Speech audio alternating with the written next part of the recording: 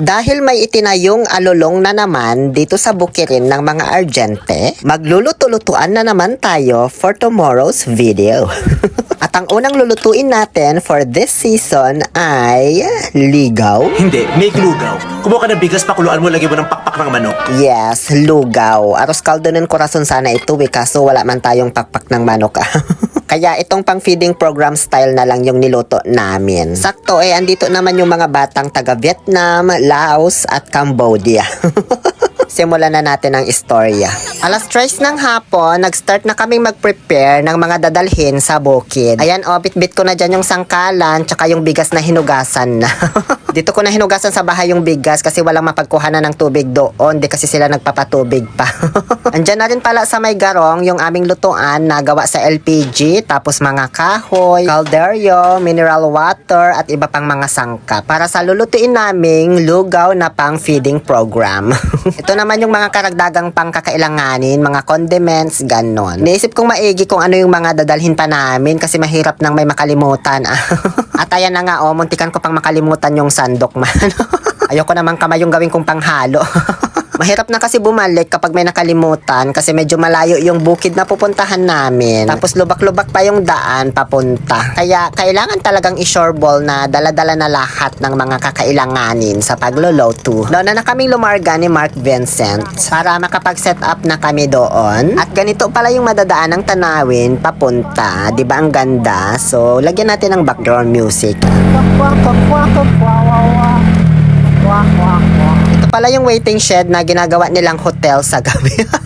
May nakita kasi ako dyan nung pauwi na ako isang gabi. Diyos ko, mga kabataan ngayon. Saan na ba yun? Andito na tayo. Dire-diretso lang po ito. Medyo matagtag lang, pero kaya naman.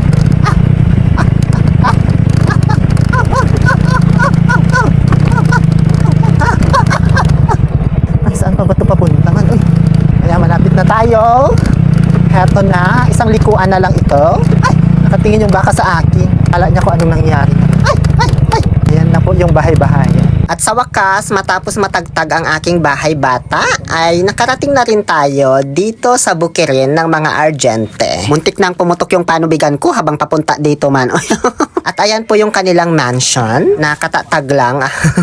I-prepare ko na itong mga gagamitin kong sangkap para sa lugaw. Biglaan lang pala itong luto-lutuan namin, kaya di na ako nakabili ng pangsahog. Nagpabili na lang ako ng corn beef sa garita, tsaka may nahalungkat lang akong karni sa rep.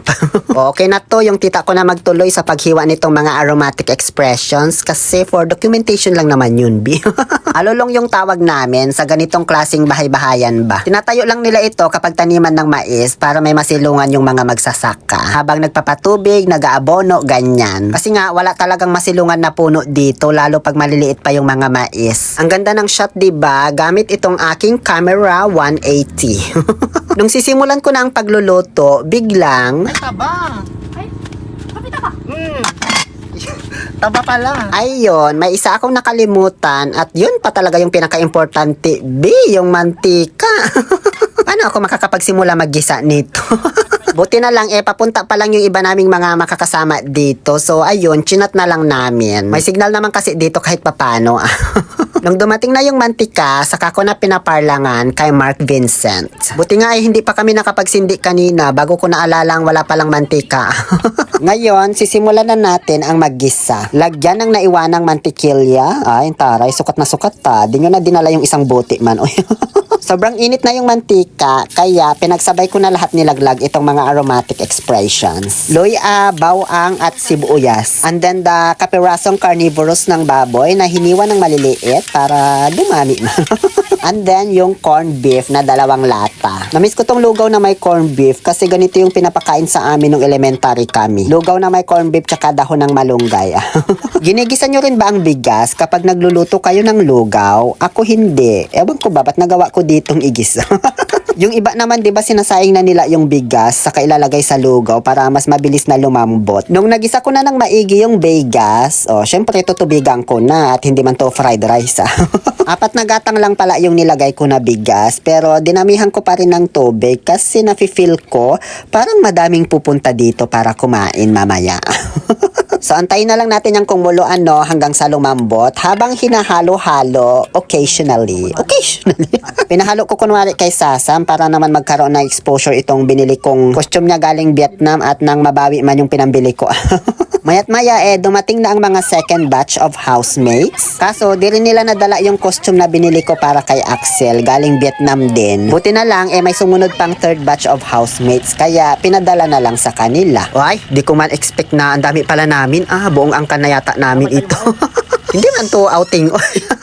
Malapit nang lumambot yung Vegas, kaya titimplahan ko na. Pakiabot ang asin ko pong singsing. Tansya lang. Lawrence patis, tansya lang din. Pamintang durog, tansya ulit. Ang tagal naman iabot yung susunod. Vetchin, tansya ulit. Pero alam nyo, mas masarap para sa akin yung lugaw na mabetchin-betchin ng konti. Ganun. Tinikman ko lang saglit, medyo matabang, pero pwede na yan kasi titimplahan naman nila yan pag luto na, diba? Lalagyan pa ng patis, chili oil, kalamansi, ganun. At dahil sa ito nga yung pang-feeding program version na lugaw, syempre hindi pwedeng mawala ang dahon ng malunggay.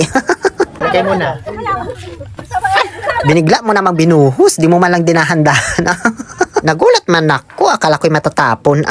Lutuin ko lang konti itong malunggay, tapos okay na. Ay, halika dito Axel, nakabihis ka na pala ng iyong national costume. Hilaw pa ito, kaya hinango ko na para makakain na. Habang ako'y nagsasandok ng lugaw, may mga pasayaw-sayaw naman na bata na iba't ibang lahi sa likuran ko. Wala man akong pakialam sa kanila. Kanina pa kasi dapat kayo nagaganyan nung nagluluto pa ako, ngayon wala na, tapos na. Alam nyo dati, naalala ko lang, grade 1 pa ako, magdadala kami ng mga sari-sarili naming baso. Tapos tuwing umaga, lalagyan nila ng libreng lugaw. Pero hindi lahat bibigyan ha, yung mga malnourished lang, mga payat ba, ganun. Isa ako sa mga yun. At ganito talaga yung luto nun. May corned beef, tsaka malunggay. Kaya namiss ko din talaga yung lasa nito. So, ang kinalabasan nitong cooking vlog ko, para lang din tuloy akong nagpa-feeding program. Ang sarap talaga kumain sa bukid, sa totoo lang. Alam nyo yung kahit hindi naman ganun kasosyal yung kinakain nyo, hindi ganun kamahal. Tulad nitong simpleng lugaw lang ba. Pero ang saya, nakaka-enjoy, tapos nakakagana din kumain. Para man tuloy kaming nag-field trip nang wala sa oras ba. Nang hindi gumagastos ng malaki, diba? Siguro nasa 100 lang nagastos ko dito. Yung pinambili lang ba ng corned beef tsaka styro cups. O, diba? Yun lang naman. Sana nag-enjoy din kayo. Please follow me for more Bukid Cooking Vlog. Muli, ito po ang inyong Happy Pill Oliver Castro na nagsasabing no to toxicity. Let's make people happily ever after.